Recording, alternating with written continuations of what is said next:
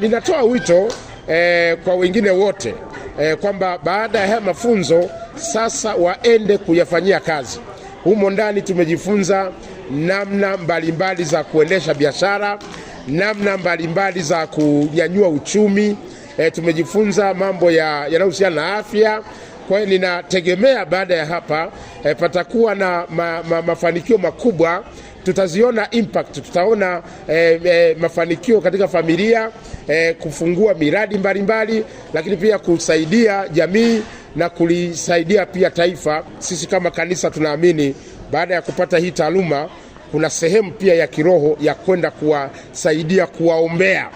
Hatuwezi tu kuomba bila kufanya kazi. Tunahitaji watu wafanye kazi ili baraka za maombi zinapokuja ziweze kujaziliza na Mungu anabariki. Na ninatoa wito kwa jamii inayonisikiliza kwamba tujenge mtazamo wa kupenda kazi. Tukafanye kazi kwa bidii. Miujiza haiwezi kuleta hela.